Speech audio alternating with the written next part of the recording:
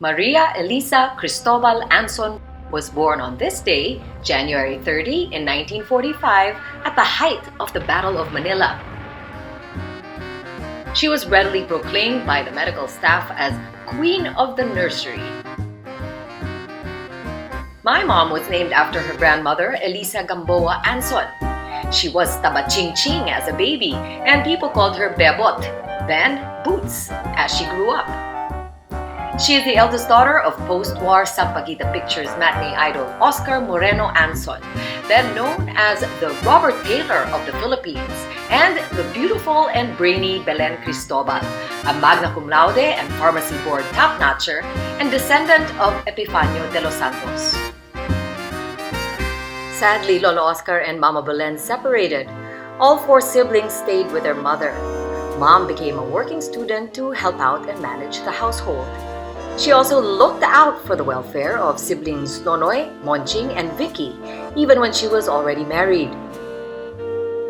Boots was accelerated in school, graduated with honors, and was the youngest in her high school batch in Assumption College. She was 19 when she finished college in UP Diliman, where she was also a consistent scholar. In 2000, she was awarded Outstanding Alumna of the University of the Philippines. She was also voted by Reader's Digest as 14th of the 80 most trusted Filipinos. Mom and Dad met on the popular television program Dansorama. She was new on TV, and Dad became her mentor.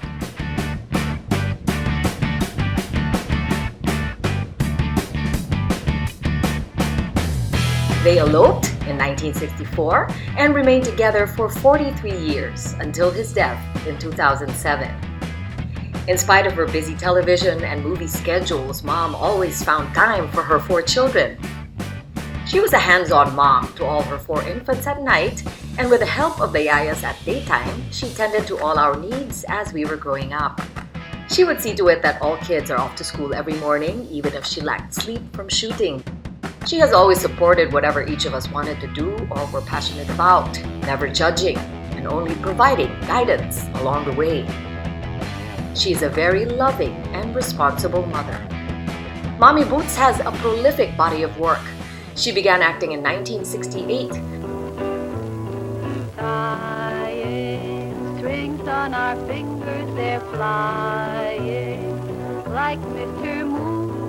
Yellow, red, and blue are the colors of our beautiful toy balloon.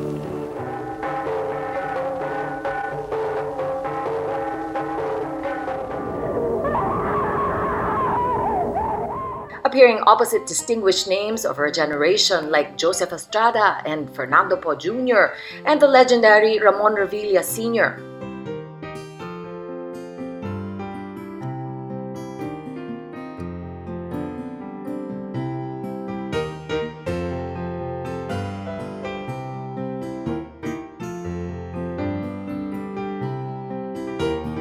She also made waves on radio in her programs Babae, Boots Talk, and Music and Memories with Willie Nepomuceno. She readily sacrificed her career with a move to the United States in 1982 in favor of more family time and a more normal life. Most notable in her employment history is being press attaché, cultural officer, and special assistant to the ambassador at the Philippine Embassy in Washington, D.C. in the 80s. After her posting at the embassy, she worked as marketing and operations officer for the Citizens Bank of Washington and took up banking at the American Institute of Banking in Washington, D.C. We have an inside joke among the family that our very own Mother Superior may be the most holy and religious person next to the Virgin Mary herself. She has always made it a point to sacrifice of herself while serving others, to include her time, her attention, and her money. This applies to family, friends, or even strangers. She received the 10 Outstanding Women in the Nation Service Award or Towns Foundation in 1974, and most recently, on its 45th year, the Metro Manila Film Festival Award as a pillar of the film industry. Sometime in 2010, Mom and Tito King have become widow and widower, respectively. At the 96th birthday party of the Rodrigo matriarch Remedios, where Boots was a family guest, Siblings arranged a setup for the two without their knowledge. Unfortunately, Tito King was not ready yet, still feeling deeply for his wife. It was in January 2013 that things began to roll, thanks to their siblings who were relentless in trying to get them together. Come December of the same year, the couple announced their engagement, much to everyone's surprise. And on June 14, 2014, on the day of King's 75th birthday, in front of their families and friends, they exchanged I do's in rites officiated by Manila Archbishop Luis Antonio Cardinal Tagle. Going on their 6th wedding anniversary this year, Mom and Tito King have been traveling together regularly to visit family in the US, to the Holy Land, to Mexico, Turkey, Greece, Japan, and other ASEAN countries. Mom's memoir, Fully Alive at 75, is inspired by John Powell, one of her favorite authors and philosophers.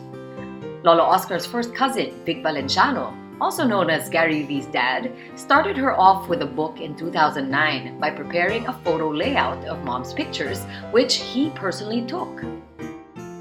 Mommy Boots has always believed that personal relationships far outweigh all assets and attributes that embellish our personal lives. Her 75th birthday celebration is a toast to such relationships. Her memoir hopes to immortalize them. Wishing you and Tito King the best of health so that you can continue to travel the world together and enjoy your second shot at marital bliss. Fully Alive at 75. Vibrant in body, mind, and spirit. Happy birthday to our one and only Boots.